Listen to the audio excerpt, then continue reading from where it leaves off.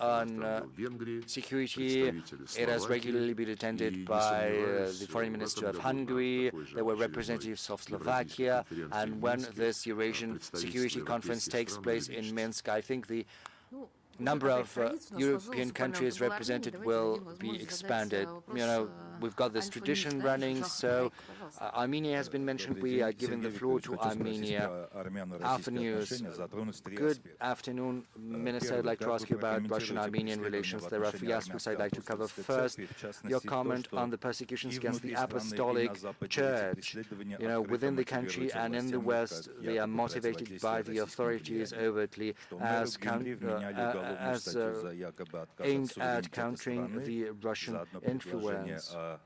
The mayor of Gyumri, he faced criminal proceedings allegedly for trying to criticize the sovereignty because there was a proposal on the Union State. And what do you think about Prime Minister Pashinyan's attitude towards the membership in the Eurasian Economic Union and the EU?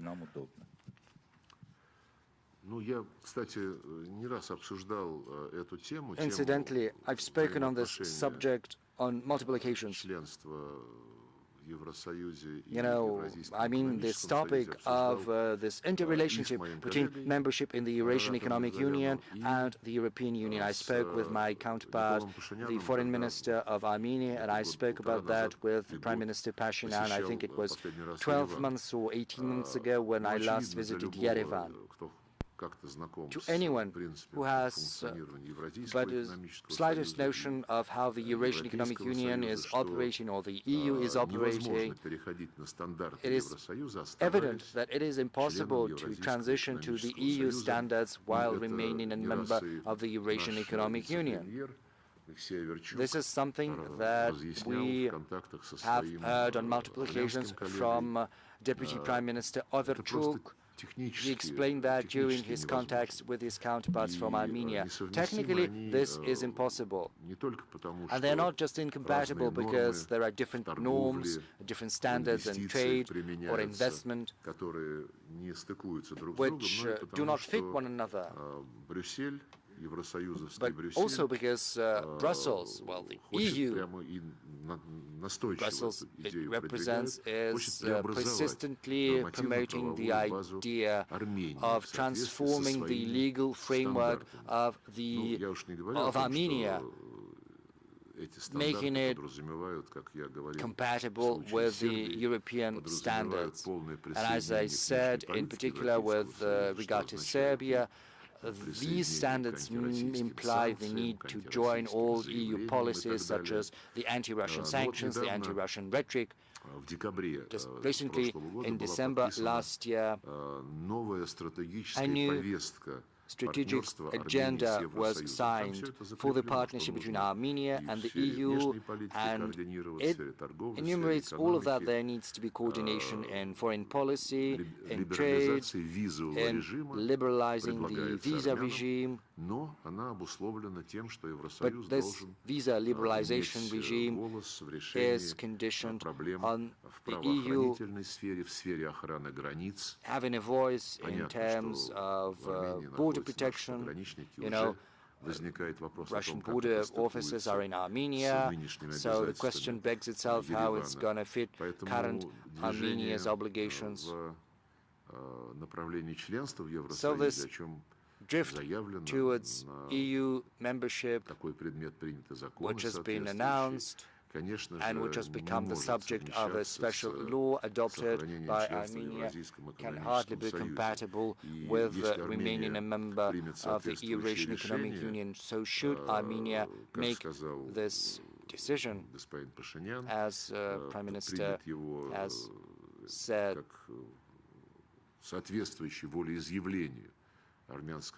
if it is in conformity with the will of the Armenian nation, well, then it's the will of the citizens. But it's hardly possible to ignore the economic factors, the economic indicators we can see over the last decade, Armenia has become a fully fledged member of the Eurasian Economic Union back in 2015. Back then, its GDP stood at 10.5 billion US dollars, whereas right now this GDP has risen to 26 billion, so it is more than doubled. It's more than 2.5 times more, and all during the time that Armenia has been part of the Eurasian Economic Union. The fact that within the Eurasian Economic Union there is free access to the Armenian goods to other markets of the Union countries, the Armenian foreign trade volume, primarily with the Russian Federation, has reached record high and now is standing at $14 billion, which is unprecedented. I'm giving you the statistics since you asked me about the relation between this drive towards the membership in the EU. How does it go along with the continued membership within the Eurasian Economic Union? I'm sure that the Armenian nation is to choose their path as well as the Armenian leadership. However, to have both memberships is impossible. As for the attitude towards the Armenian Apostolic Church, naturally, we see it with regret, the way the situation is unfolding. The Speaker of the National Assembly of Armenia, Mr. Simonyan, gave and Prime Minister Pashinyan, in his recent interview, did not deny that there are hybrid threats towards Armenia coming from the Russian Federation. Hybrid threats that has to do with the situation in the Armenian Apostolic Church. We were simply confused by these statements. As for the rapprochement with the EU has consequences. I simply cannot help but mention that, because the EU always keeps mentioning the hybrid threats coming from the Russian Federation, and they fund such work. Recently, 15 million euros tranche was transferred to Armenia, and I'm sure that the Brussels bureaucracy will make our Armenian friends work for each and every euro cent out of those 15 million lump sum. Also, as for Armenia, when they try to convince them that they need to get away from Russia, the very Kaja Kallas has said that in Yerevan, Moscow will act according to the Moldova scenario. If you remember, the Moldova scenario was as following, that the election results were tampered with, and the very regime has lost those elections with 44% of the votes, and only could keep in power due to blatant violations at 200 voting stations in Europe, though they opened only 2 voting stations in Russia, and in Transnistria were also very few, about 10. So if Kaja Kallas openly recognizes that during the upcoming elections in Armenia, the Moldova scenario will be used, then, if I was the Armenian community, the Armenian nation, I would consider that very seriously. As for Vartan Gukasyan, you've mentioned in a very justified way that he's been accused of saying that it's possible to view the possibility of Armenia joining the Union state of Russia and Belarus arresting the person for presenting his political views, the political views that are not aimed at undermining the sovereignty or territorial integrity of Armenia. A statement aimed at maximizing the opportunities for foreign relations in the interests of development of the country, that also caused confusion and serious concern. I know that he has been released but remains under house arrest. We expect that the political figures in Armenia that advocate for deeper cooperation with Russia will not be persecuted. Since we spoke about Moldova, let's move to Sputnik. Minister Kirill Orlov, Sputnik. Yes, I wanted to ask you a question about Moldova. You've already mentioned the Moldova scenario. And quite recently, the president of Moldova, Maya Sandu, mentioned that she would support the entry of the neutral state, according to Constitution, of its accession to Romania, a NATO country. And at a referendum, she would vote for that. My question is, what's the Russian take on the possibility of such scenario? In principle. As for a proposal of President Trump, you've mentioned it before. I would like to ask you about. I would like to ask you more details about Trump's initiative, the idea of the new organization that would deal with the matters of peace, initially with the Gaza issue. Do you think such an organization will be capable of helping the world? Does the world need more new organization? What's the Russian view on that? As for Moldova,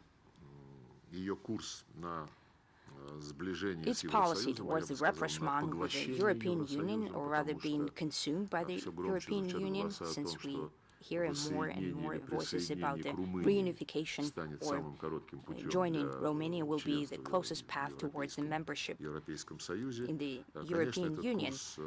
That policy destroys the Moldovan statehood, and it creates the impression that the European Union has a stake in that. We can see that in many facts.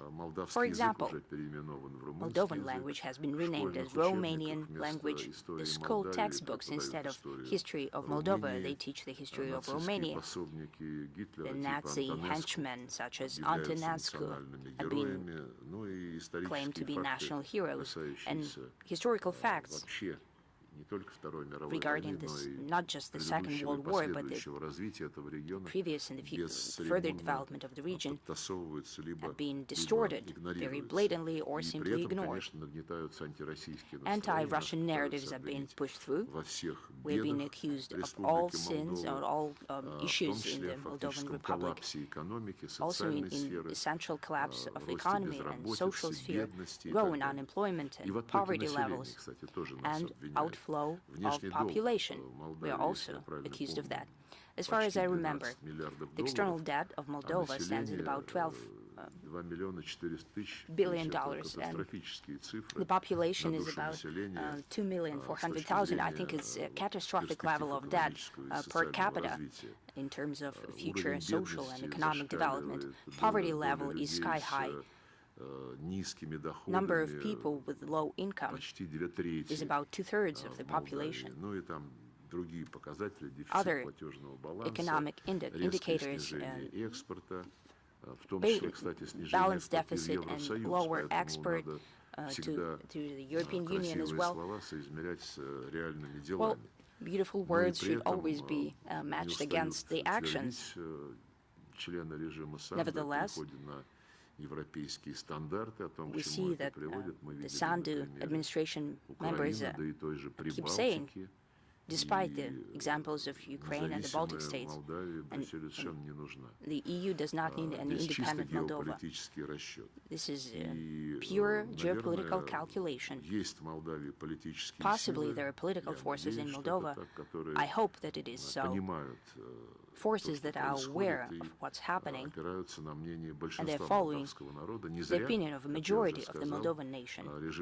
It is for a reason that the Sandu regime among the Moldovan people who live in the country was not supported. They did not receive a majority during the latest elections. We have every interest in good relations with Moldova. We give them no reason, though they're being instigated by the European Union, to undertake any hostile action. However, unfortunately, the EU follows the current Chisinau authorities, which are completely subjugated to them. A lot has been said about Kaja Kallas while she's thinking about the future of the EU. Let's talk about the Baltic states. Balt News, please. Balt News, Россия сегодня. Balt News, Россия сегодня. I'm here. Здравствуйте, Сергей Викторович, Мария Владимировна. Hello, Minister. Как вы знаете, за последние годы Прибалтика буквально стала военным плацдармом для всего НАТО. Military stronghold for the whole NATO. Moreover, there are multiple provocations happening against Russia in the territory of the Baltic. The navigation is hampered. Moreover, the Baltics are standing in the way of Chinese maritime logistics. Hence the question, as for diplomatic concerns and so on, what kind of other measures can be undertaken by Russia? All the Baltic states have already become notorious. In the past 2 or 3 years, the EU and NATO were keeping up on building militant anti-Russian rhetoric, calling to prepare for the war against Russia. Together with the Germans, the Baltic states were also very vocal, including their leadership. As for accusations that were placed against Russia, you are fully aware of them, of all those statements coming from presidents, prime ministers, foreign ministers, defense ministers. Tremendous and unclear sense of superiority can be seen in all those statements, and I do not know how is that matched by the real role played by the Baltic states. Possibly it has to do with a chronic disease when the 3 Baltic states were adopted in the EU, that they acceded to the EU in 2004. They were absolutely not in line with all the criteria for the membership, just like what's happening with Ukraine right now. It does not only satisfy all the demands, but it violates all of them. Back in the day when we had good relations with the EU, with Romano Prodi at the head of the European Commission, well, we asked them that they've been rather careless in engaging them in the EU. They will be a burden for the normal functioning of that trade and economic structure that the EU was at the time. We were told that, yes, there are certain nuances there. They did not grow up entirely to be fully fledged members. However, for political reasons, we'd like to take them in. After the Baltic states received independence in 1989, after they received independence, they continue to have phobias against the Russian Federation. Well, we were told that they're afraid that you will attack them, therefore will accept them to the EU and NATO, and they will come down. They did not. On the contrary, in the EU and NATO as well, they started to play the role, the first violin in instigating Russophobic sentiment, and that continues to this day. What's the specific result from that membership they can show to their population? Well, let's look at the statistics as well. What's left of the population in those states? After a great number of people went looking for better life to Europe or other parts of the world, what's the economic growth shown by the countries? What are the GDP per capita indicators and many other notions here?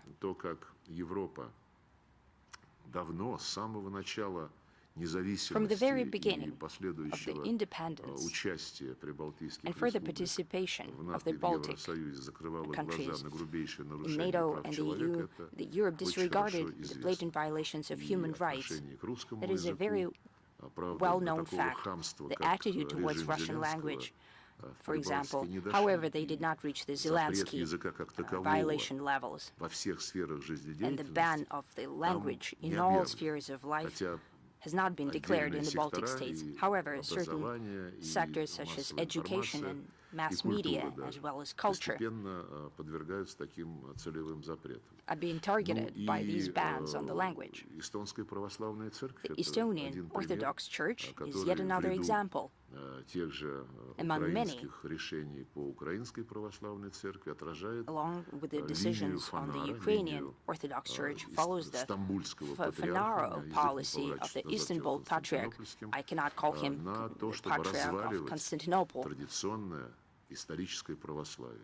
His policy of undermining the traditional Orthodox Church. I've mentioned Armenia in the context of the Orthodox Church, the Armenian Apostolic Church. This is a trend. We cannot help but notice this trend. They're violating the human rights enshrined in the UN Charter. I can quote again that the human rights, the rights of every person, must be observed regardless of their religion. I suggest we move up to the northern Europe. We have Iceland, and I see Central Europe, Italy and Spain. Please prepare yourselves. Happy New Year, Minister, Madam Zakharova. I represent Iceland, and American imperialism, if we speak frankly, has reached new levels. For 150 years, they've been dealing with the Southern Hemisphere, poor Latin American countries, Arab countries, and Africa, and so on. Now they're talking about acquiring Greenland by military force. William Long, the future U.S. ambassador to Reykjavik, stated that he will make Iceland the 52nd state of the United States, and he will be the governor. So the U.S. are looking with a greedy eye on Iceland and Greenland.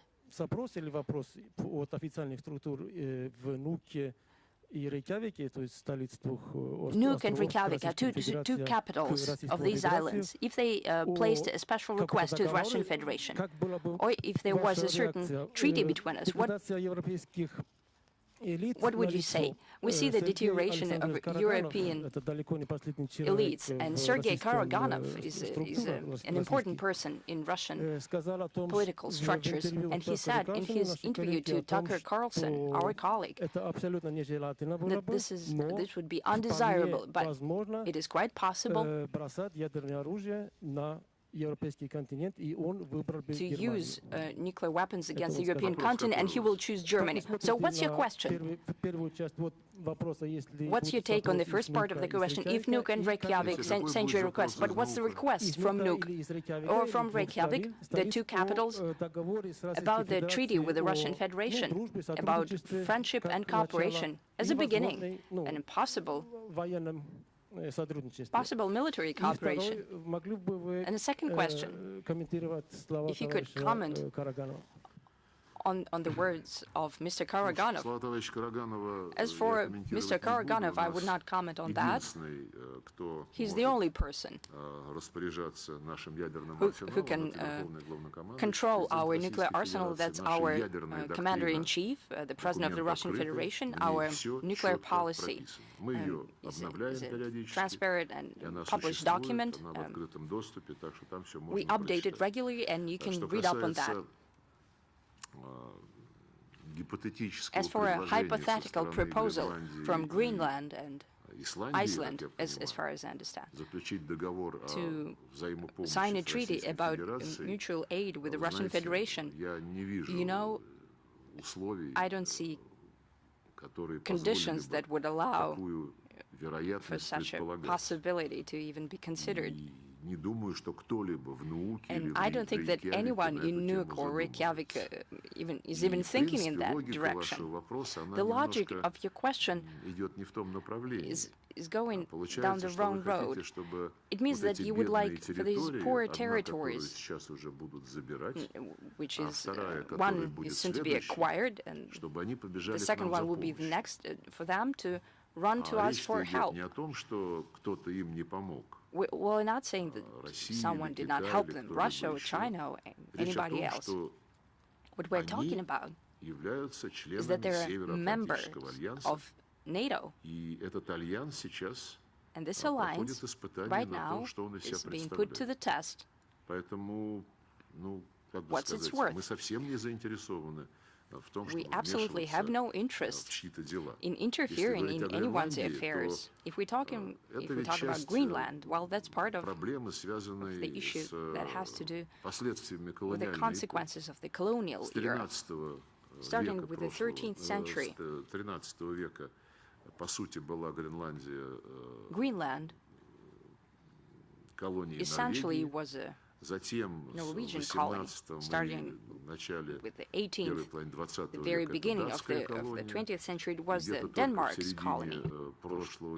And by the mid-20th century, an agreement was signed, according to which it is part of Denmark, not as a colony, but as an associated territory. It was associated with the European Union. But in principle, Greenland is not a natural part of Denmark, is it? It was not a natural part of Norway or Denmark. It was the colonial acquired state.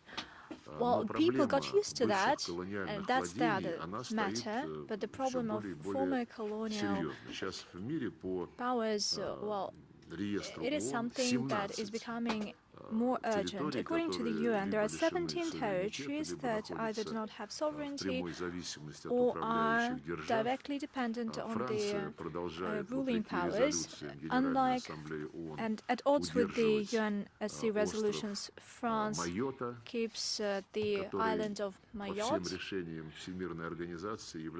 judging by all of the decisions of the United Nations. It is part of the Comoros. The UK keeps the Malvinas in violation of multiple resolutions of the United Nations General Assembly. Britain also keeps the Mauritius island of Chagos archipelago. There are multiple examples. French Polynesia, Epars Islands, that are still kept by the French Republic.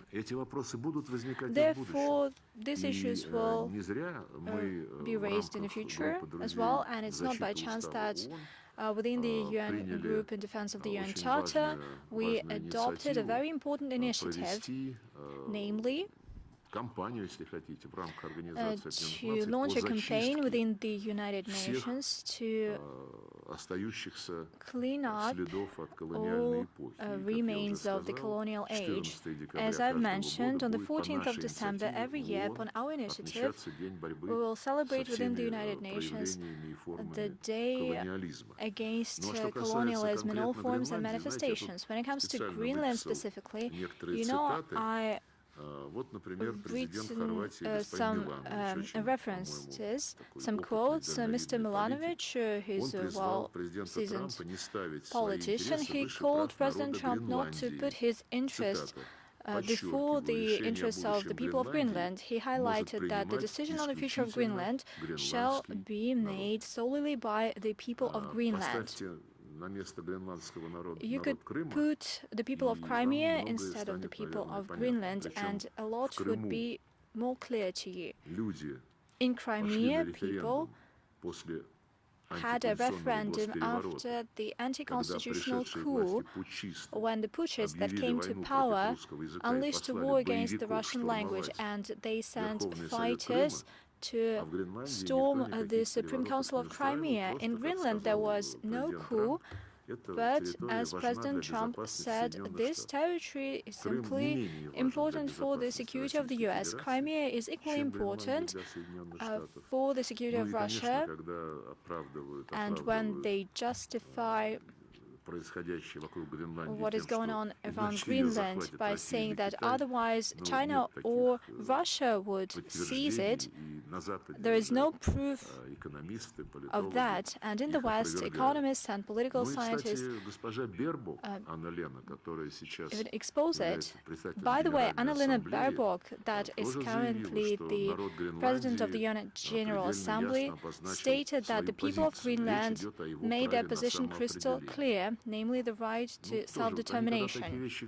When they say such things, they should have thought in advance, or they should have thought about the past, what they said about the right to self-determination for the people of Donbass and Novorossiya.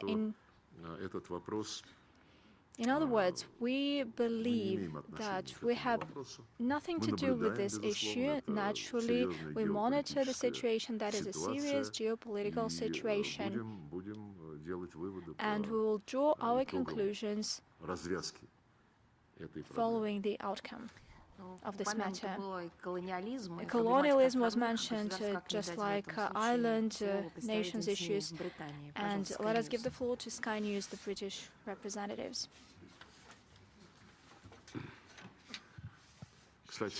By the way, Maria said Britain, and without any insults, I believe that Britain should be called Britain, because Great Britain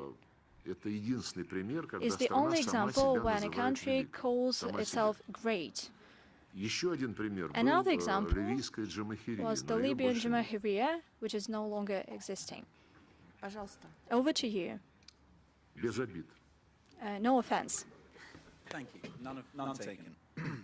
I've Bennett from Sky News. First of all, on Greenland, you say there's no proof that Russia and China would seize Greenland, but that's not answering the question or the issue posed by Donald Trump, who says that Russia is a threat to Greenland. So my question is Russia a threat? Is he right? Do you have designs on Greenland? And if not, how do you respond to his desire to acquire it? Do you support or oppose it? And on the issue of colonialism, how is what Russia is doing in Ukraine different to colonialism that you have railed against here? Russia has annexed Ukraine. It's now trying to take, annexed Crimea. It's now trying to take 4 eastern territories by force. How is that different to colonialism? Well, with regard to Greenland, I've already said everything. We have nothing to do with plans to seize Greenland, and I have no doubts whatsoever that Washington clearly understands that there are no such plans by Russia or the PRC. It's not our issue. Our issue is that we're interested in establishing an open, free Arctic cooperation within the Arctic Council, where the security interests and the interests of economy, environment, and the indigenous peoples of all countries of the Arctic Council would be taken into account. We were not the ones who halted cooperation within this entity, and we were not the ones who severed contacts. Incidentally, the United States shows their interest in resuming discussions within the Arctic Council, unlike some Europeans, although at the technical level there are still such contacts. Therefore, many didn't even know about Greenland. I'm talking about our citizens. Until the moment when it was the top news. Well, you should decide it within the North Atlantic Alliance. Will take a look at how this issue will be resolved. Regarding colonialism, well, we have a lot of proverbs that could be applied to this question that you have asked. You know, when Joe Biden met with Vladimir Putin in June 2021, And there was this restricted format meeting engaging only Blinken and yours truly, and Biden, without any notes, without any memos, made his introductory remarks. And he said the following: the United States and Russia are two great powers. We're not better than you, we're not worse, we're just different. The United States was created following migration of semi-criminal elements from England, and they started living in their territories. They addressed the Indians' problem. Then there were the issues of slavery, migration, and all those who came to the US, starting with English settlers. All of them went to this melting pot, and they were melted regardless of their ethnic and other origins, and they turned to be Americans, and they went out of this melting pot with the human rights motto on their forehead. And you were created in a different way. That's what Joe Biden said.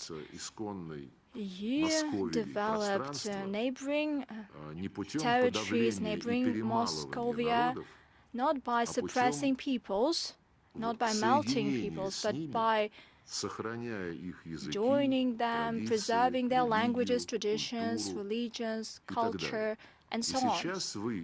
And right now, you have a vast country, the biggest country in the world as per the territory, where you have the most multi-ethnic population, and you preserve this multi-ethnicity at the state level. And that is why, as Biden said, it's hard for you to keep the country, especially a country that has nuclear weapons, in a state of unity. And Mr. President Putin, I respect you for managing to do that. That's what he said. I cannot imagine Russia to be falling apart. That's the case when Joe Biden was speaking without teleprompter, without autopen, that signed everything for himself. I just want to draw your attention to the fact that colonialism in the international law is applied by the states who had, and for the states who had colonies, and their colonies did not want to live with the colonial powers. It's not by chance that in 1960 there was the decolonization process, and as I've mentioned, it is not finalized. Britain unlawfully keeps a host of territories, including the Chagos Archipelago. And it's not by chance that in 1960 the United Nations General Assembly adopted a declaration by consensus, and Britain spoke in favor of it, just like the US and everybody else, including the Europeans, the Declaration on the Principles of International Law and the Principles of Interstate Relations. And as it compared the UN Charter principles, primarily the principle of territorial integrity and the principle of national self-determination, this declaration made the following conclusion: all states shall respect the sovereignty and territorial integrity of those states whose governments respect the right of self-determination and represent the whole population living at their respective territory. In 1960s, the peoples of Africa clearly stipulated and claimed that the colonial powers London, Paris, Madrid, Lisbon do not represent the interests of the population of the relevant colonial territories. And the decolonization process unfolded. In 2014 and afterwards, following the coup in Ukraine, the people of Crimea, followed by the people of Novgorod Cappadocia and Donbass through referenda expressing their will openly, decided that the Kiev authorities that came to power following a coup do not represent the population of the respective territories. And with all due respect, it's not about colonialism or annexation, it's about respect and implementation of the principles adopted by consensus at the UN General Assembly with the agreement of all our Western colleagues, including Britain. As promised, the floor to the EU media. Rai, over to you. Thank you, Maria Vladimirovna, and thank you, Mr. Lavrov. Sergei Viktorovich. Sergei Viktorovich, that's right. And, well, this is Caterina Doglio, Italian television, Rai, and my question for you is, almost exactly last year, you said that Italian and Russian relations were in the deepest crisis, the deepest since the Second World War, that the government in Rome was responsible for that Italy was anti-Russia. And that was 2025. Now we are in 2026. Do you see any sign that there is a shift in this? There is a possibility of even a resumption of dialogue, especially after our Prime Minister Meloni said that, quoted French President Macron, and said that he was right in saying that it's time for Europe, it's time that Europe talked to Russia. Thank you. When it comes to relations with Italy and that they are at a rock bottom, I confirm what I said. Italy is one of few countries that is scared of Russian art currently. Its government, the governments of your regions, in some cases, cancel the tours of our opera singers that were previously agreed upon. This was the case with the tour of Eldar Abdrazakov. Previously, there were a couple of other examples when the stars of world art from Russia were invited, arrangements were reached, and then these tours were cancelled. I do not want to compare it, but still, this struggle and this fight against art, it is not natural for the Italian people. Well, that's my feeling, judging from my conversations with the Italians. I do not know how to talk about that. There are examples, but they have to do with the Nazi regime in Ukraine. They established this Institute for National Memory, and recently they made another decision stating that Kutuzov, Ivan Bunin, Alexander Griboyedov are the symbols of Russian imperialism, and this all should be banned. Add to this list Pushkin, Lermontov, Tolstoy, and by the way, such prominent writers as Ilf and Petrov and Mikhail Bulgakov. Ukrainian Nazis have long learned,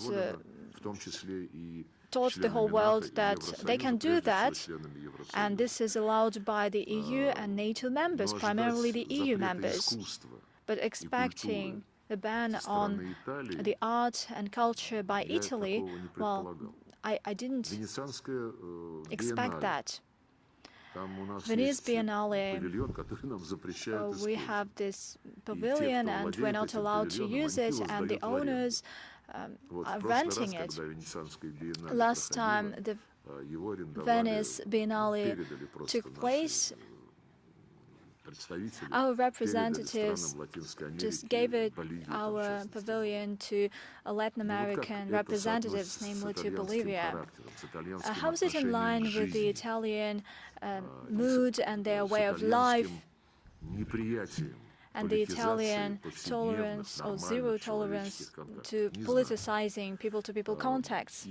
I do not know. What was the second question?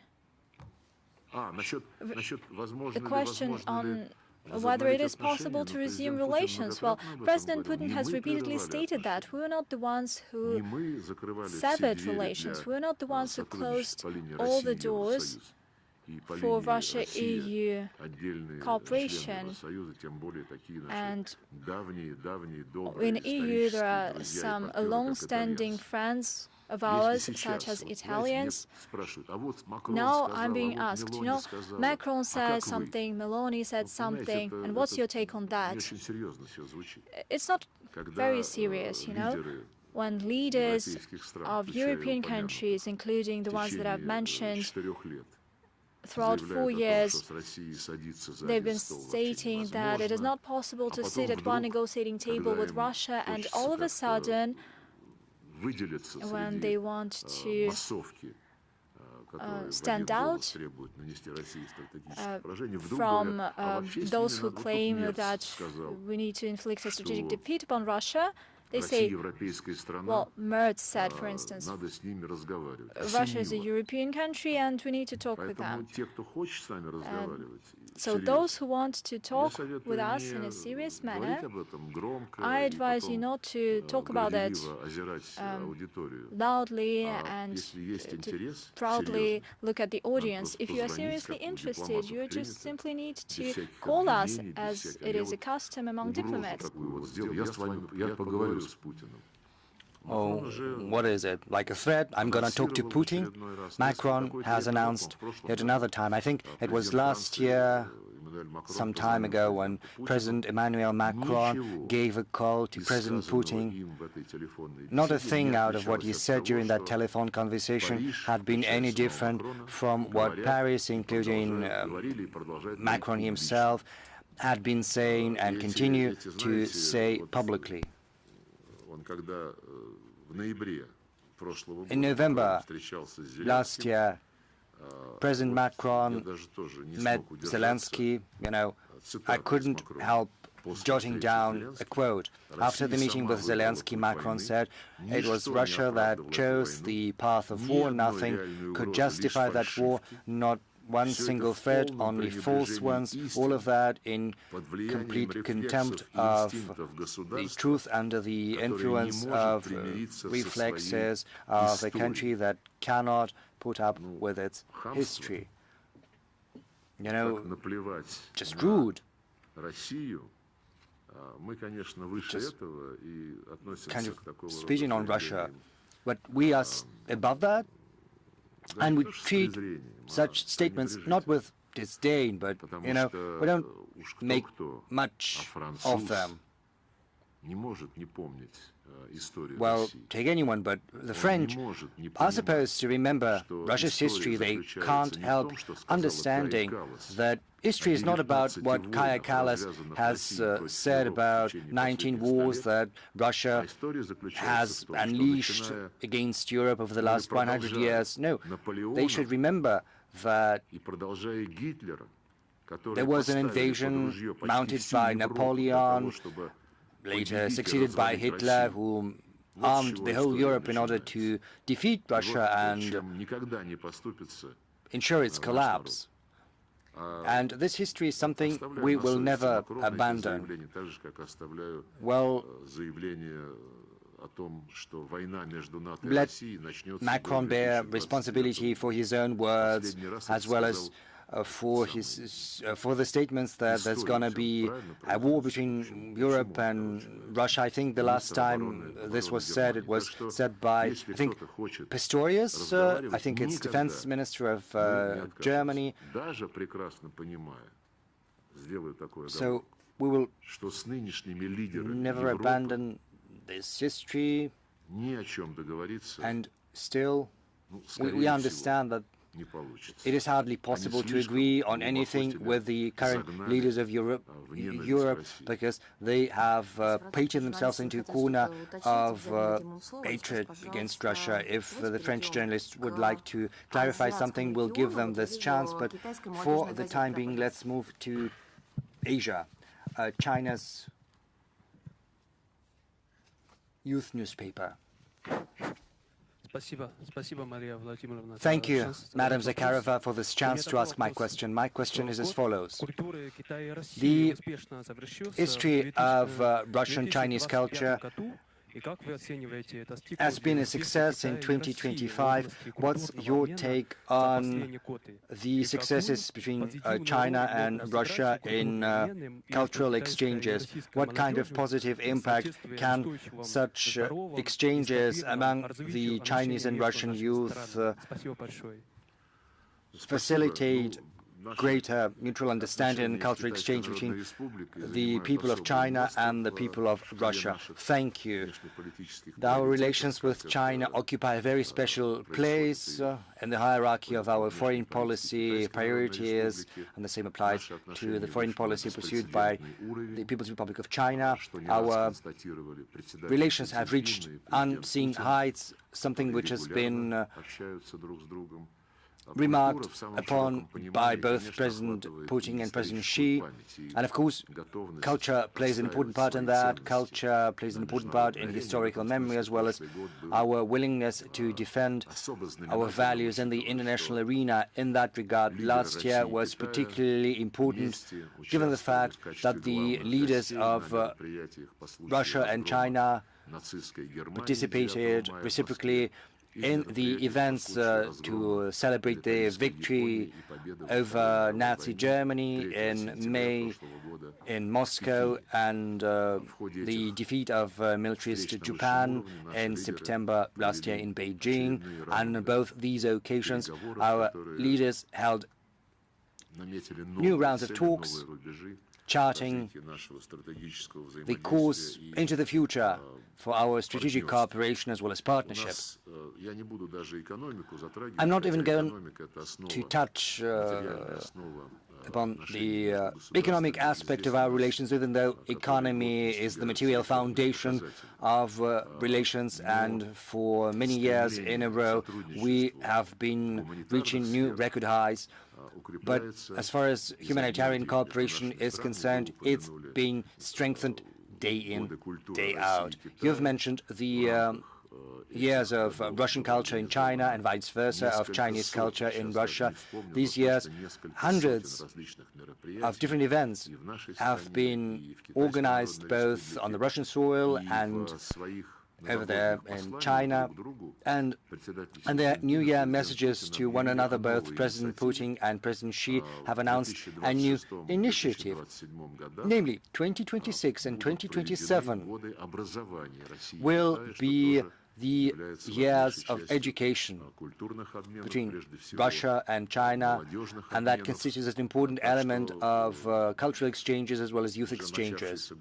So the year that has already started is going to be rich in these events. We're promoting youth contacts in sport between our archival services, which is also important to preserve national culture, national traditions, as well as national identity. Cultural contacts and other contacts will be facilitated by the visa-free regime that is already in force. You know, the statistics on the trips, reciprocal trips, show us new record highs, and I think this trend will continue.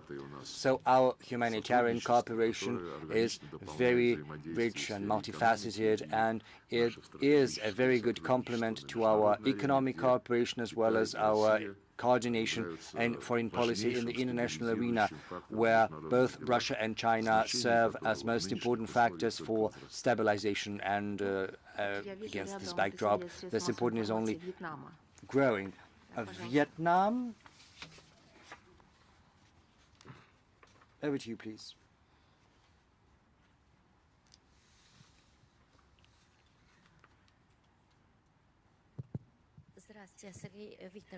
Minister Lavrov, good afternoon. Thank you very much for the chance to ask you a question just like last year. These days, Vietnam is playing host to a very important event. That is the Congress of the ruling party of Vietnam, the Communist Party of Vietnam, which is gonna set the course for the next 5 years. My question is as follows. As Russia's top diplomat, what are your expectations and what are your takes on the outcomes of this Congress for strengthening our cooperation and bilateral relations between Russia and Vietnam? From the outset, as for my expectations from this Congress, I think it's not for me to say.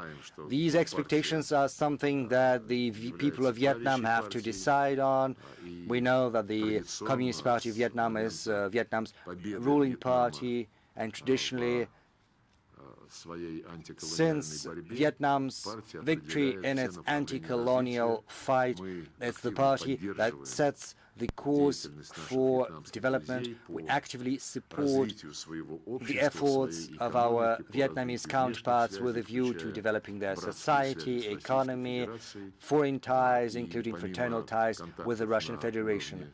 And apart from contacts at the level of our presidents, as well as at the level of the heads of our government, we promote by every means possible inter-party contacts between the Communist Party of Vietnam and Russia's ruling party, which is United Russia. But we know that the Russian Communist Party also has contacts with the Communist Party of Vietnam. We have no doubts whatsoever that the leading role of Vietnam's Communist Party is in the interest of the people of Vietnam, so we will be expecting the outcomes of the Congress and will take that into account when building further plans for strengthening our relations, our partnership, and the special ties with Vietnam. Kyoda Tsusin, please. Japan.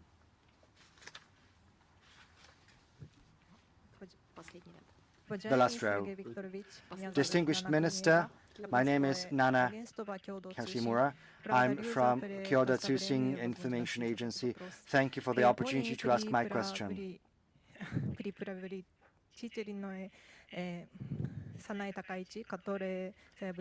The new Prime Minister of Japan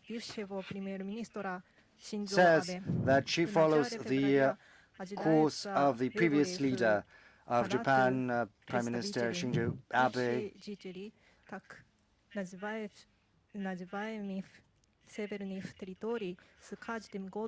This question is as follows. The thing is, the people tied to the Northern Territories are becoming older, and it is becoming increasingly important to solve the issue of visiting the gravestones of their ancestors in the Kuril Islands. This is an important humanitarian issue. What's your take on that? And what are the prospects for resuming the dialogue between Russia and Japan amid current conditions? Thank you. In my opening remarks, I have made brief mention of Japan. I expressed my concern that alongside Germany, Japan is also demonstrating some unhealthy trends tied to the willingness of certain political forces to get back to militarizing Japanese society. We are following the unfolding of the military and strategic cooperation between Japan and the US. We are following the joint military activities in your region, around Japan, and on the soil of Japan, with the participation of extra-regional players. I'm not just talking about the US, but also other members of NATO. All of that is happening in close proximity to Russia's borders. And given the chaotic nature of international developments, as it were, this can't help being a source of concern to us. We have come to know a number of factors that have a direct bearing on the interests of our security. Through diplomatic channels, we have communicated to our Japanese neighbors the inadmissibility of the deployment of the U.S. ground-based offensive systems that happened last year, but in September 2025 at the U.S. Armed Forces base Iwakuni and in Yamakushi. These batteries of the Typhoon system, the strike systems, ground-based systems have been deployed. We were told that it was on a temporary basis for some military drills, but according to our information, these offensive systems, the Typhoon systems, which are meant to launch Tomahawk cruise missiles, are still in Japan. So maybe it's not just about military drills, maybe this is more about a permanent presence. If I can say that we have had no official communication that these systems have been withdrawn, so we are still very much concerned about that.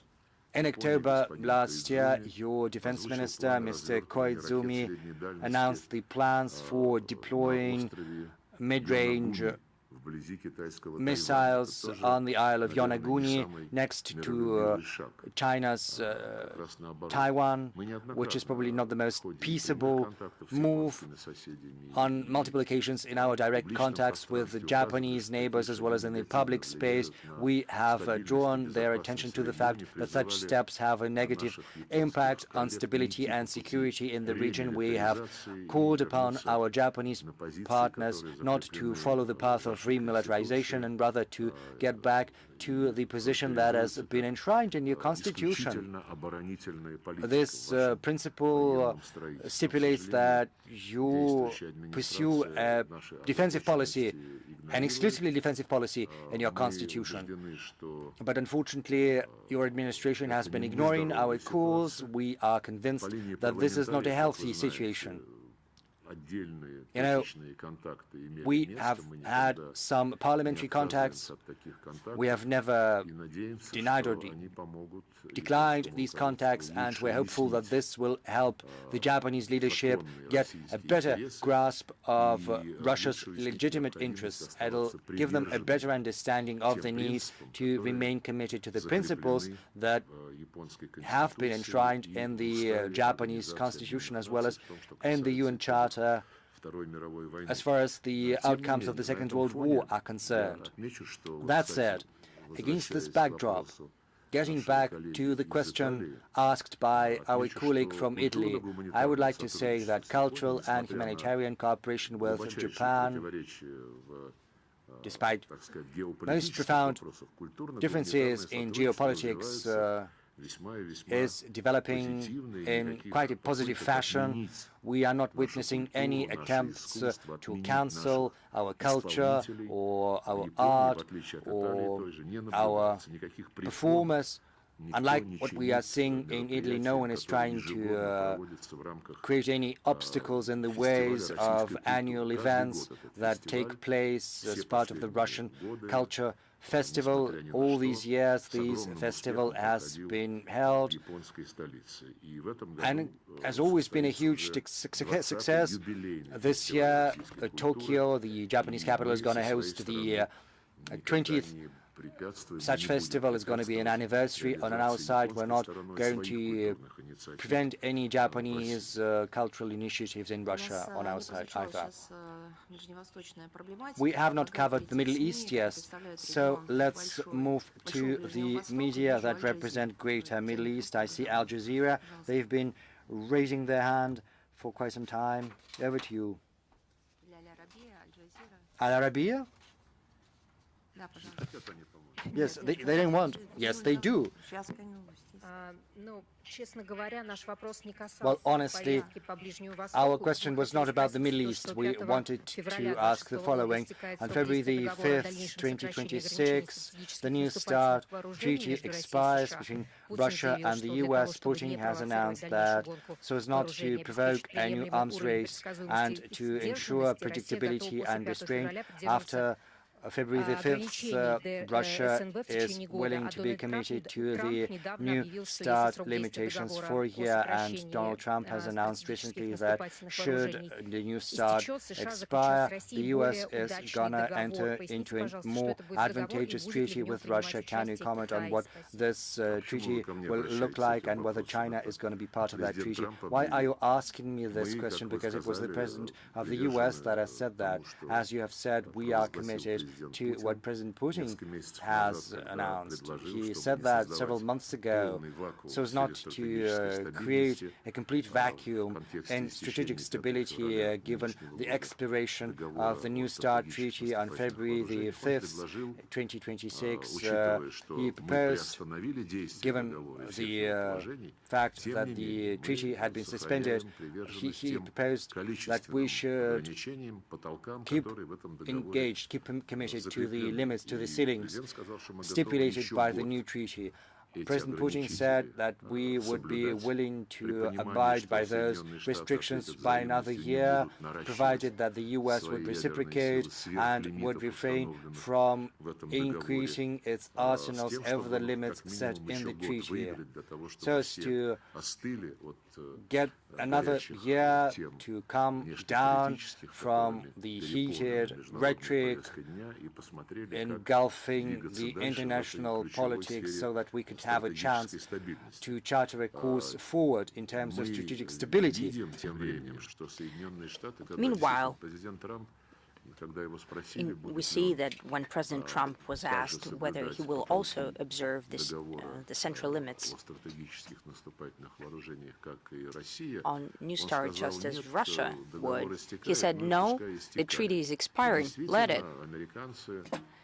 Indeed, the US is signaling towards us that some new negotiations on strategic stability should start. They're mentioning China. All that is being done publicly during the conversation with journalists. As for specific contacts on that topic between the specialists of two countries, there are none. Simultaneously, we see the attempts by the United States to maintain their to create domination in certain spheres of strategic stability. I have already mentioned the forward deployment of ground-launched shorter and mid-range missile Typhoon. I have already mentioned it today in Japan. It has appeared in Philippines as well as in Japan. They're planning to station it in Germany as well. I can also say that they're trying to expand the presence of their nuclear armaments in Europe. This has been mentioned publicly.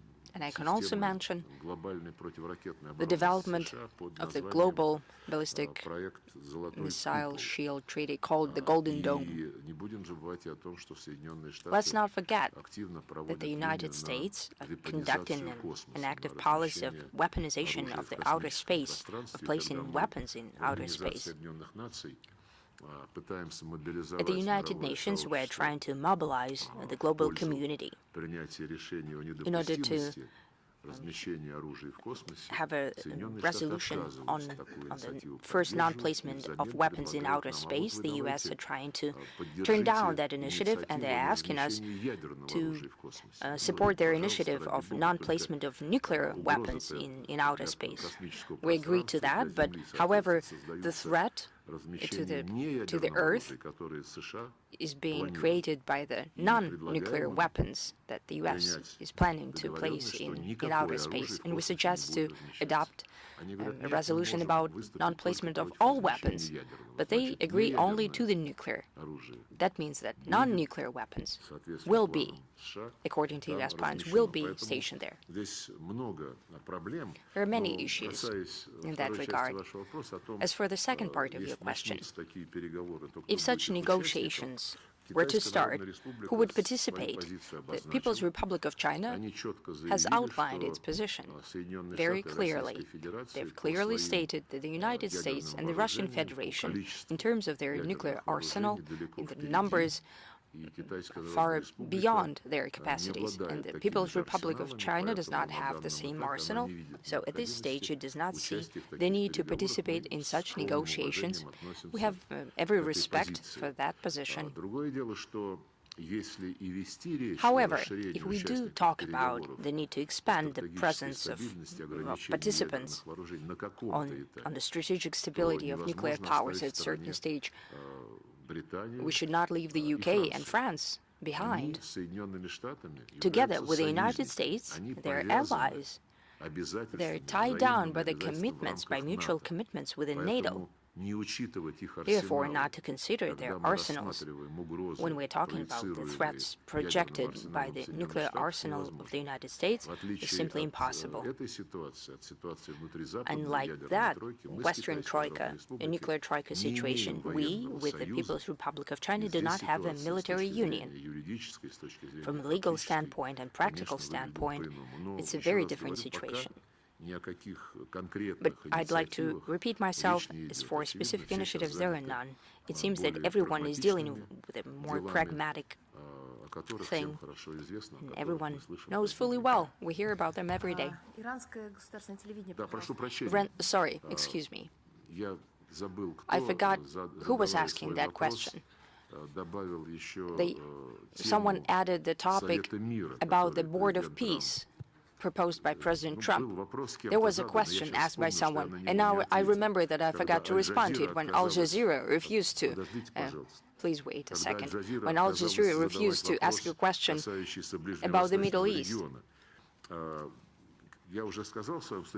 I have already said in my introductory remarks, and Dmitry Peskov confirmed that yesterday, that President Putin has received an invitation by President Trump to become a part of the Board of Peace. We have also received annex to that letter,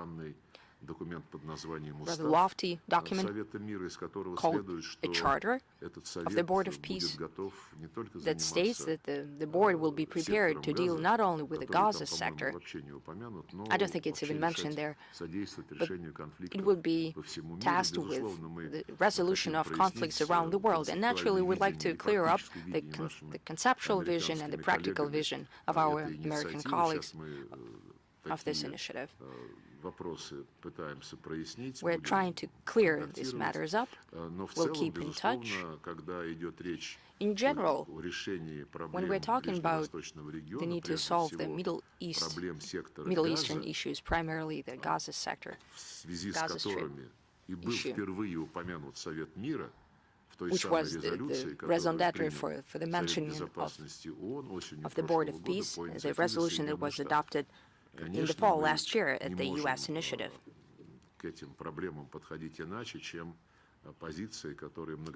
We have the same position as the global community has confirmed multiple times in the UNGA and UNSC resolutions. When the U.S. initiative was reviewed in the fall in New York, we had doubts that there is a need for additional formats beyond those that were enshrined in the UN decisions. These decisions simply have to be executed. There is a need to create the Palestine state. It needs to be done through the direct dialogue between Israel and the Palestinian National Administration, National Authority. Back then, the initiators of those resolutions, who endorsed the Trump plan on Gaza sector, on Gaza Strip, did not want to reference the UN resolution. Therefore, we, together with China, simply abstained. We did not stand in the way of the adoption of that resolution, simply for the reason that the Palestinians themselves, and basically all Arab countries, appealed to us with a request to give a chance to this initiative. We did precisely that. We view that in that context, that invitation that we have received. We have an interest to use all those opportunities that would bring us closer to finding a solution for the Palestinian nation, primarily acute humanitarian issues caused by the hostilities by Israel that go beyond international humanitarian law, and everyone is aware of that. Following the humanitarian issues of the Palestinian nation, it will be necessary to make the next step towards the settlement of the political situation through, as we are still deeply convinced, through the implementation of the UN decisions. The Middle East cannot be stable without the creation of the Palestinian state. Iranian state radio. Minister, as you know, Russia and Iran are long-standing partners. Recently, Donald Trump stated that any country that would trade with Iran will be slammed with a 25% tariff. What do you think? How would that be reflected in our trade ties? Though we see the constant increase in our trade volume. Well, we're trading with you. The way we decided that way our trade would develop. We have great plans with the Islamic Republic of Iran, not only in trade but also in investment sphere. Bushehr nuclear power plant is being built actively. A very important part of the international transportation corridor south-north between Russia, Azerbaijan, and Iran is being built. Many other projects are in the pipeline, and I see no reason why we or our Iranian friends are to stop these projects. Yes, Donald Trump is using tariffs and duties as policy instruments. Every time that the unilateral restrictive measures are being used in trade and economic relation, it means that the initiator of those measures is not quite sure of its competitive edge on the global market. The life itself will solve this.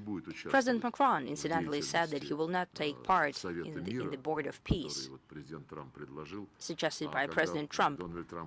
And when Donald Trump learned about that, he said that he will introduce 200% tariffs against President Macron and his economy.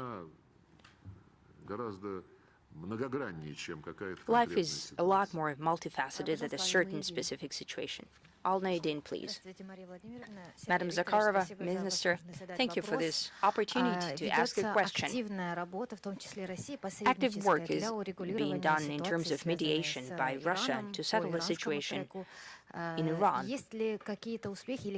Are there any successes, or what are the results of active Russian mediation? We see highest level talks with Israel and with Iran.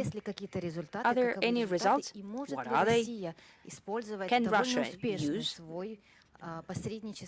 their mediation, rather successful mediation experience to possibly settle the situation that also has to do with Lebanon and Israel, considering rather strong ties that Russia has with these countries, both with Israel and Lebanon.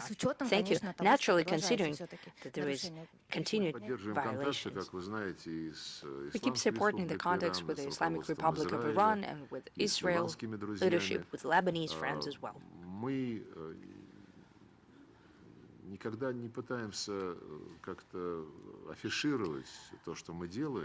don't try to publicize our successes and what we do.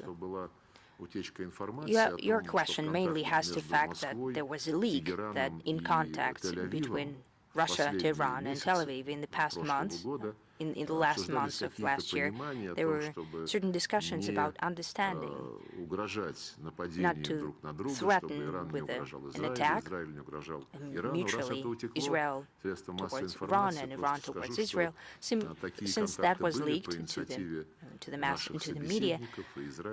I can tell you that there were contacts at the initiative of our Israeli and Iranian friends, and every time that anyone appeals to us for aid, we are always happy to provide our good services, but we do not impose them on anyone. But when we are asked, we always respond positively. The same can be applied to the situation in Lebanon. We see how complex the situation is in the Middle East in general. Iran, Lebanon, since you mentioned it, Syria, including the Golan Heights and adjacent territories that were recently under the UN control, they have been taken by Israel as well. There are agreements on Lebanon. However, we see information from time to time in the media that the Israeli leadership is not very intent to withdraw its units completely from the Lebanese territory. The bargaining is being done about the implementation of the Trump plan due to the creation of the Board of Peace that we've just mentioned. The bargaining is that how to interpret the need to disarm Hamas. Hamas seems to be prepared. However, Israel thinks it's not sufficient. There are a tremendous number of questions. How to free the Gaza Strip. And Israeli officials are saying it openly that they don't want to leave from the entire territory. Therefore, it's very hard for me to say the way the plan will be implemented. There are many variables there. I think President Trump invited about 50 states to the Board of Peace, and that means that he understands that it's impossible to solve this issue alone, just like any other issue in the world. However realistic the chances seem to solve it unilaterally overnight in specific cases. The example of creation of the Board of Peace means that there is awareness about the need for group effort, and that's what's happening in Washington. But it bears repeating that if this a group of important countries invited to the Board of Peace, and if they can help to move forward towards the stabilization of the region, also by implementation of specific UN resolutions and decisions, Russia thinks that will be already useful. Komsomolskaya Pravda, please. Minister, we all know you as a defender of rights of our compatriots in many countries of the world. Lately, there have been many cases when our compatriots don't have the opportunity to confirm their citizenship when they live in other countries. It comes to the fact when sometimes citizens need to fill out the papers to confirm their citizenship to reapply to it. Can it be solved systemically? Does it mean that we're creating an institute of non-citizenship? We can't solve that issue, and we're dealing with it. Our ministry has initiated the interagency group format. The issue is rooted in the fact that in the 90s, when the Soviet structures were substituted by the Russian structures, when a tremendous number of compatriots, as we call them today, the citizens of the Soviet Union who felt themselves to be Russian, happened to be abroad, and you know what was happening. The trove of issues that we had to solve off the cuff. And the number of issues that you've just mentioned, I mean, receiving the Russian citizenship, has to do with the fact that in many cases, our consulate gave foreign passports, international passports, to the Russian citizens. These people could not get internal passports. They didn't have time or did not want to travel to Russia, but they wanted to be a part of the Russian world. When these passports, international passports, expired, naturally they went to the consulates asking to renew these passports. Due to some bureaucratic reasons, they were asking for the confirmation of the Russian citizenship. I don't think it's quite right.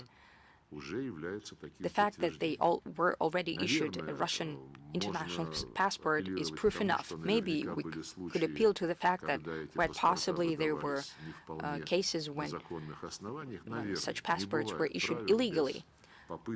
Their rules are always being violated, sometimes successfully, but all that could be checked and tracked, and together with the Ministry of the Interior and with Consulate and other visa-adjacent agency, we're working on that when we're preparing our report to the President. Balta, please.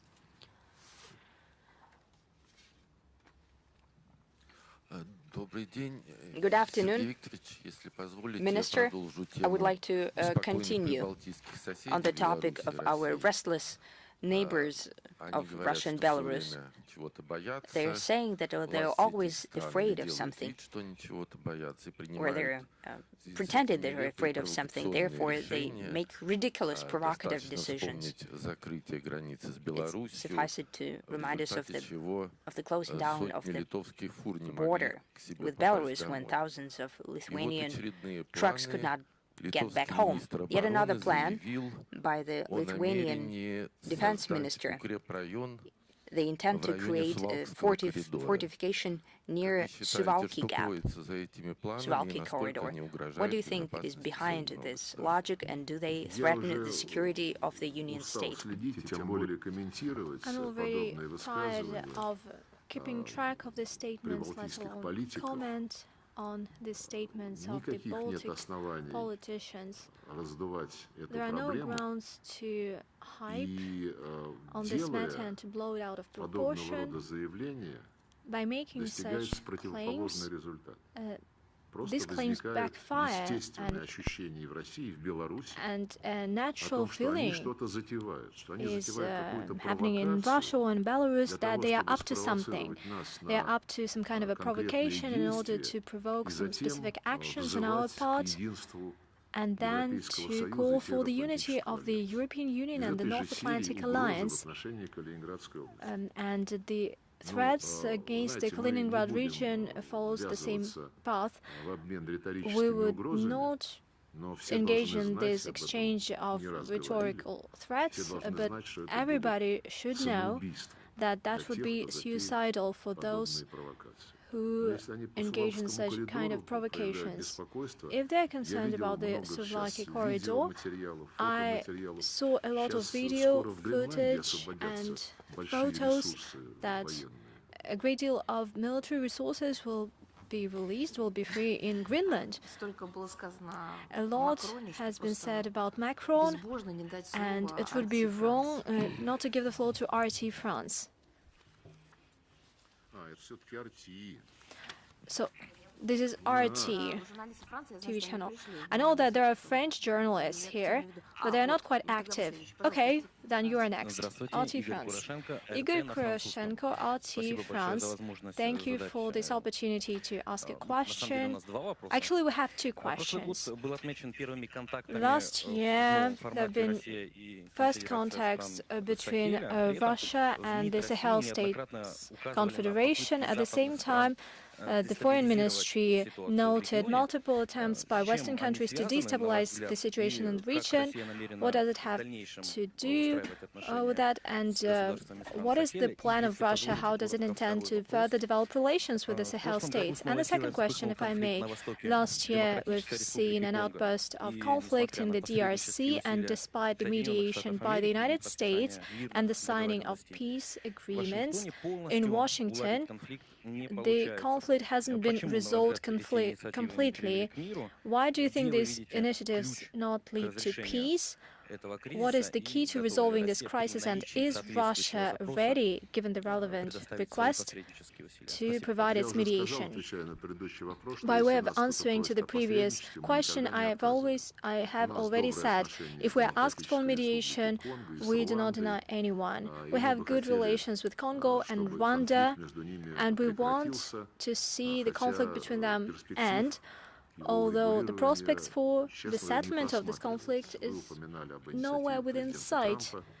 You've mentioned the initiative by Donald Trump, and he listed this conflict among the 8 wars that he ended, but he said that recently that this war has been unleashed once again. There are deep-rooted causes and reasons. Without eliminating them, one simply cannot say that an agreement was reached and everything is okay. There is this M23 movement. It's not quite legitimate, but it is quite strong. There are a lot of other factors, and once again, should there be a request, we will take a look at how we can help. In principle, for many years, we have been resuming our close cooperation with Africa. In 2019 and 2023, we had 2 Russia-Africa summits. We plan to have the 3rd Russia-Africa summit this year. There were 2 ministerial forums.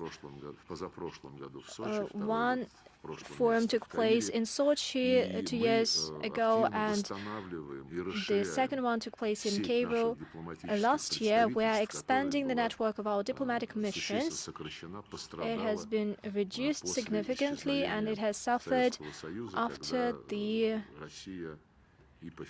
vanishing of the Soviet Union. Due to financial and political concerns, Russia started to pay less attention to the developing world regions, Asia, Africa, Latin America. Last year, we have resumed the work of the embassy in Niger, Sierra Leone, South Sudan, Gambia, Liberia, Togo, the Comoros are next in line, and the general number of our embassies in Africa will reach 49. That means that we'll have embassies in virtually all countries, with small exception. We are resuming the work of our trade missions. They cover 15 African states, which is not enough, but this is the work in progress.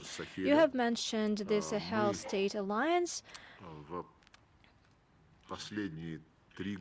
Over the past 3 years, after the alliance was established, we've been helping actively these states in getting rid of the neo-colonial dependence from former colonial powers, in developing their economy, statehood, defense capabilities. Our experts are working there, both economy experts and military experts.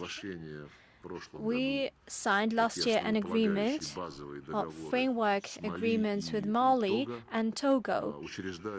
We are establishing intergovernmental bilateral commissions with the states.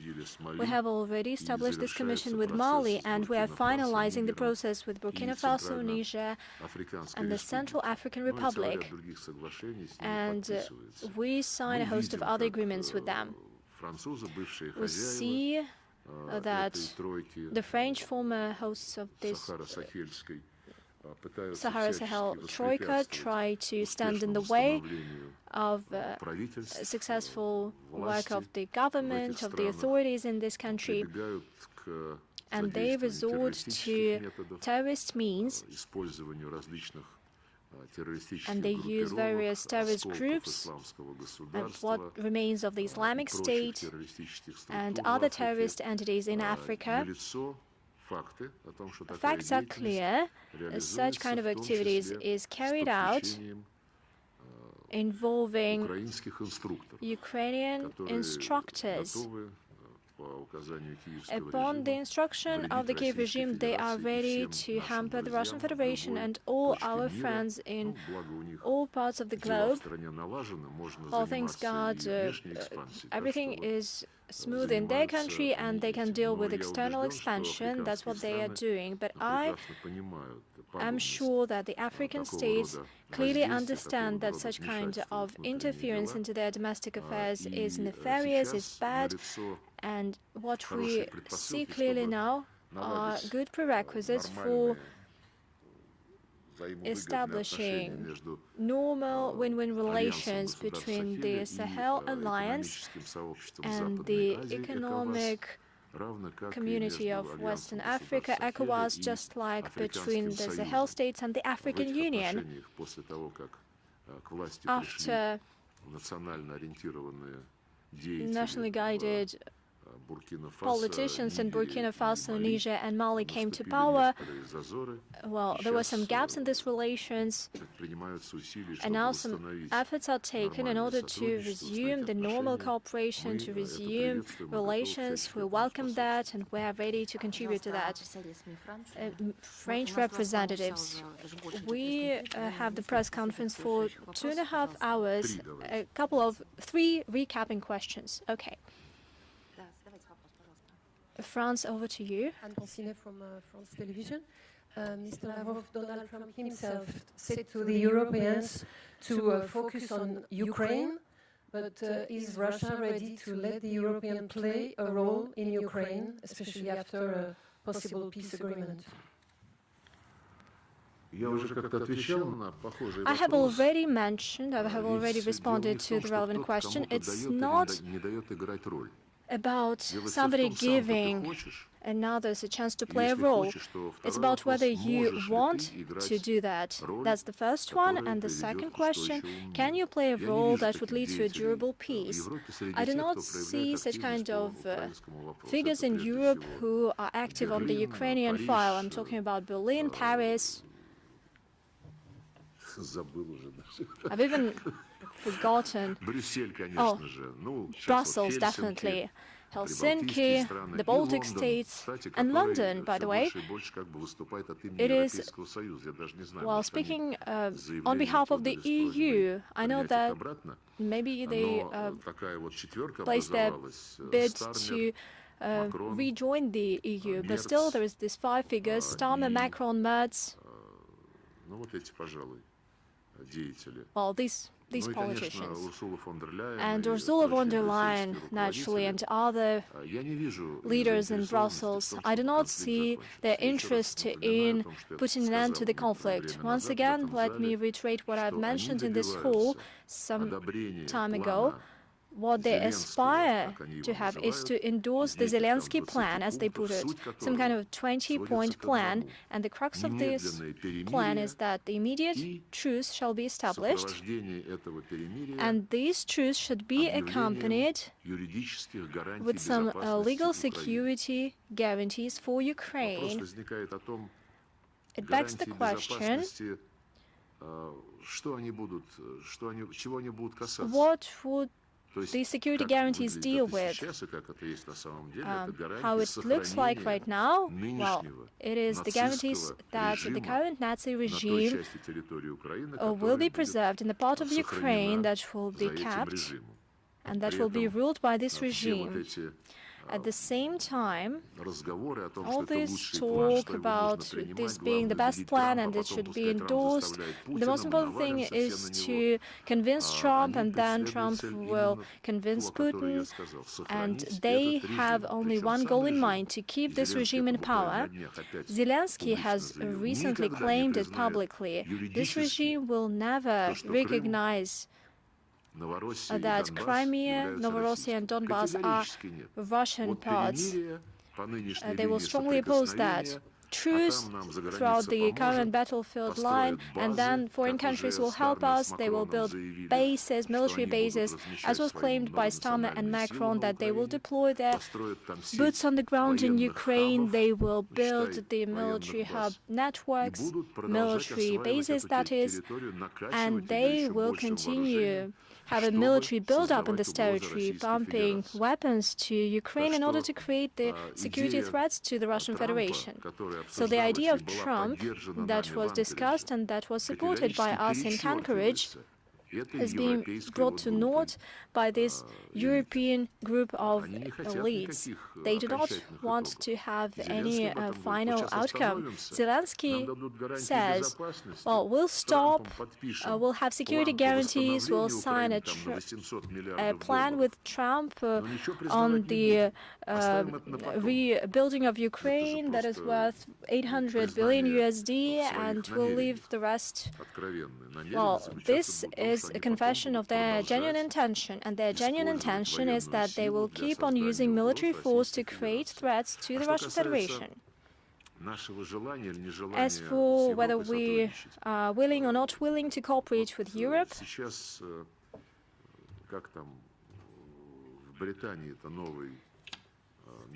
currently there's this new foreign secretary in the UK. They are changing rapidly, and now there is this woman, Cooper. I think her name is Cooper, and she said that London sees the high level of commitment of Ukraine to the peaceful settlement building upon the US plan. They do not say a word about the fact that the US plan was completely twisted as compared to the plan presented in Alaska, and currently it is a plan to preserve the Nazi regime and refusal to recognize realities on the ground. And she said the proof there is no proof that Moscow intends to seek peace. I know that these British ladies claim and make their stance clear without any hesitation, and hence it begs the question whether there is this place for Europe. Europe in February 2014, and let me give you this journey into history, because no matter how much I talk about that, I still get these questions. In February 2014, after the coup, we told Europeans, 2 days prior to the coup, you guaranteed an agreement between then Ukrainian president and the opposition that there would be snapple action, there would be no military actions taken. Make the opposition implement these agreements and release the administrative buildings that it occupied. But Berlin, Paris, and Warsaw, in a shy way, told us, you know, sometimes democracy takes curious shapes, and that's it.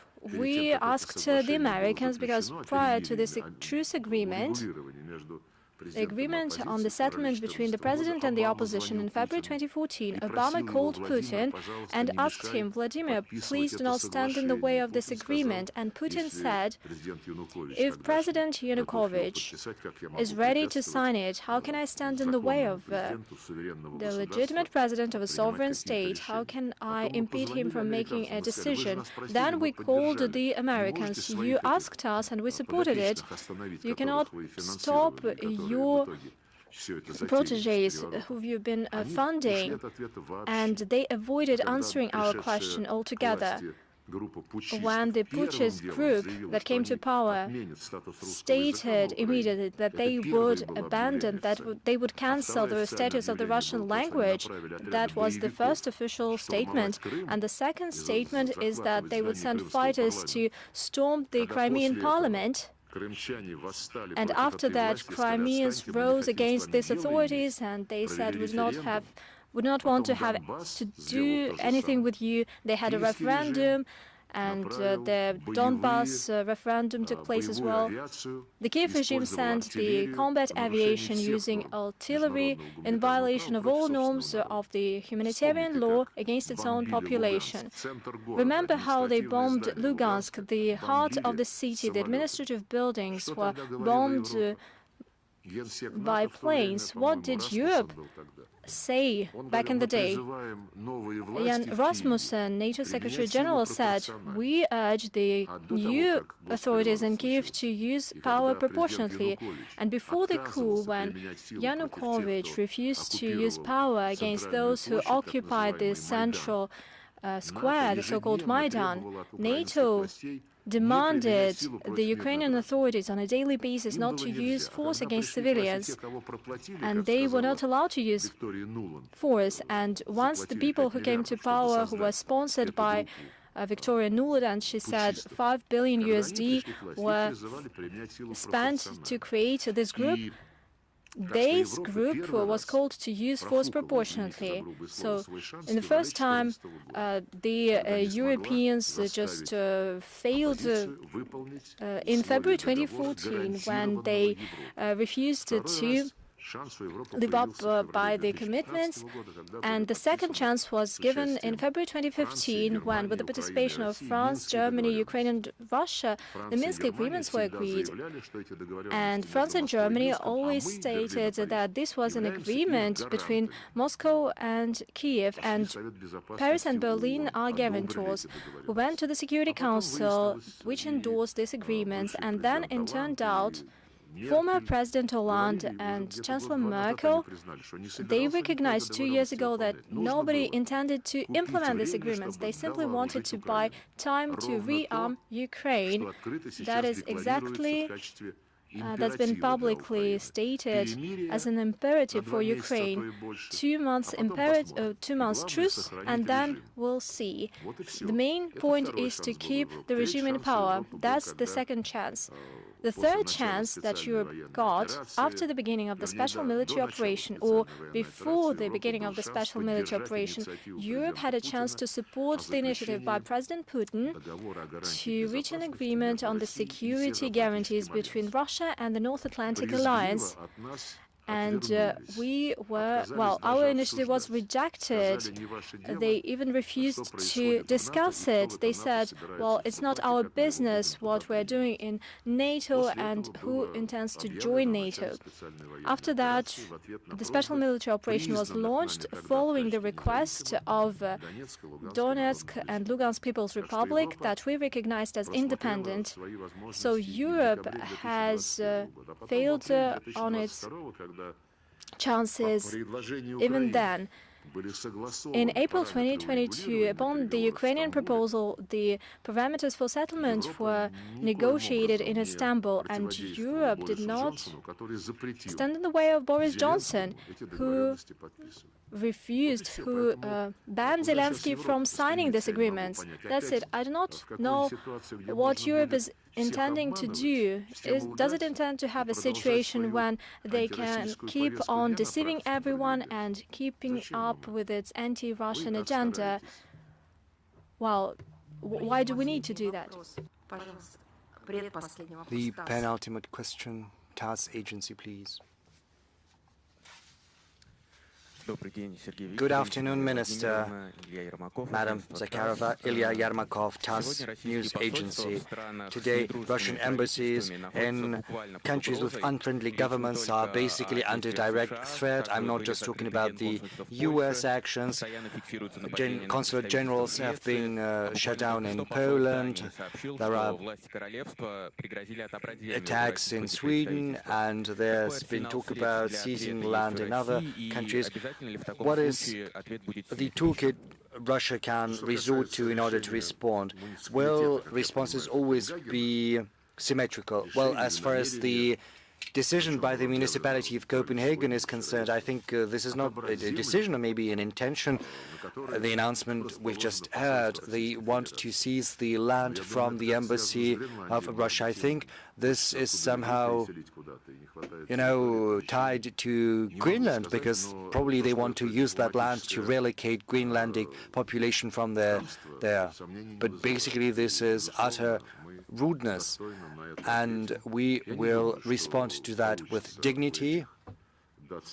I don't think that these Danish bureaucrats will be able to create such flagrant precedent, which is going to be impactful on great many other situations. You know, I wanted to say that when responding to one of the previous questions, then I thought better. Right now I'm gonna get back to that thought. I'm gonna quote an important Russian statesman.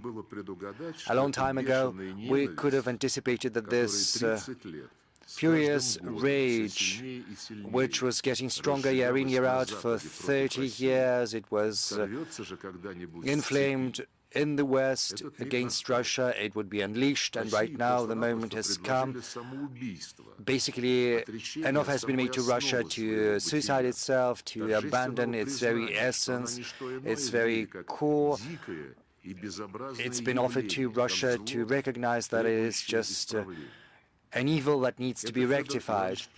This is Fyodor Tyutchev, a Russian diplomat and a Russian poet, and he wrote that in 1854. That was on the eve of the Crimean War, which was unleashed against, back then, the Russian Empire. You know, I was hesitant about resorting to this quote. Some would say this is paranoia, nothing else. They are seeing threats everywhere. But you know, when I was getting ready for today's event and when I was rereading the statements by Europeans, you know, I quoted Macron, who said what he said about Russia.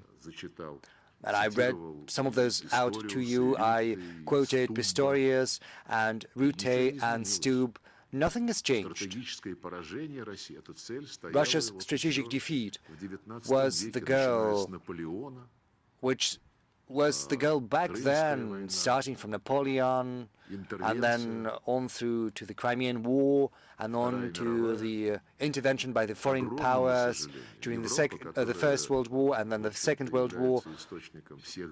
So Europe basically is a source of all evils, main evils of humanity, starting from slavery to colonialism, to two world wars that were unleashed with enormous casualties.